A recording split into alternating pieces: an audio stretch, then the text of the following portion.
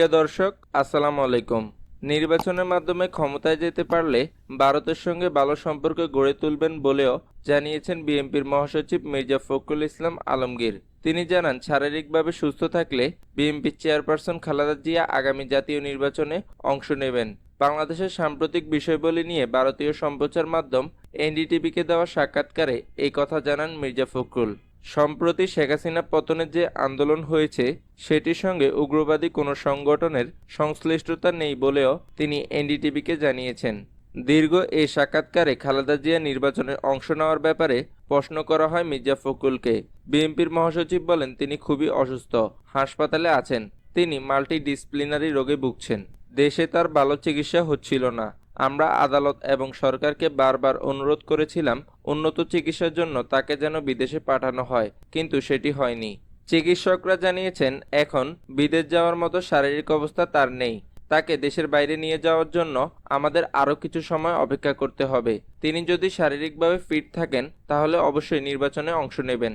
মির্জা ফখরুল জানিয়েছেন, বিএনপি এখন নির্বাচনের জন্য প্রস্তুত, তবে দেশের সুষ্ঠু নির্বাচনের পরিবেশ তৈরি করতে সময় লাগবে। কারণ শেখ হাসিনা সরকারের সময় নির্বাচনী কাঠামো কার্যরত ভেঙে দেওয়া হয়েছিল। তিনি বলেছেন, পুরো নির্বাচনী ব্যবস্থা দূষিত হয়ে গেছে এবং এটি এখন একটি অবাধ ও সুষ্ঠু নির্বাচন আয়োজনের অবস্থানে নেই। এই কারণে তাদের নির্বাচনী ব্যবস্থায় কিছু পরিবর্তন আনতে হবে। মির্জা ফখরুল আরও জানিয়েছেন, তার বিশ্বাস সেনাবাহিনী রাজনৈতিক প্রক্রিয়ায় কোনো হস্তক্ষেপ করবে না। তাকে আরও প্রশ্ন করা হয়, সজীব ওয়াজিদ জয় বলেছেন শেখ হাসিনা পদত্যাগ করেননি, এটির সত্যতা কি? জবাবে ফখরুল বলেছেন, রাজনৈতিক দল এবং সেনাবাহিনীর উপস্থিতিতে রাষ্ট্রপতি নিজে বলেছেন তিনি পদত্যাগ করেছেন। এটি কোনো জবরদস্তি ছিল না, বিপ্লব ছিল। যখন লাখ লাখ মানুষ শেখ হাসিনার বাড়ির দিকে আসছিল, তার নিরাপত্তা বাহিনী ও সশস্ত্র বাহিনী বলেছে তার সামনে দুটো অপশন রয়েছে, এখানে থাকুন, মানুষের রোষে পড়ুন, আর নয় দেশ ছাড়ুন। তিনি দেশ ছাড়ার সিদ্ধান্ত নেন। হিন্দু সহ অন্যান্য সংখ্যালঘুদের উপর হামলার অভিযোগের ব্যাপারে মির্জা ফখরুল বলেন, এটি পুরোটি সত্য নয়। যখন আমাদের দেশে বা অন্য দেশে পরিবর্তন হয়, বিশেষ করে তৃতীয় বিশ্বের দেশে কিছু মানুষ সুবিধা নেওয়ার চেষ্টা করে।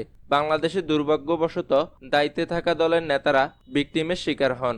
তারা মুসলিম হোক আর হিন্দু হোক, সংখ্যালঘুদের উপর বিক্ষিপ্ত কিছু হামলা হয়েছে, কিন্তু সেগুলো রাজনৈতিক অথবা পদ্ধতিগত এজেন্ডা ছিল না। বাংলাদেশের সাম্প্রদায়িক পরিবেশ অসাধারণ।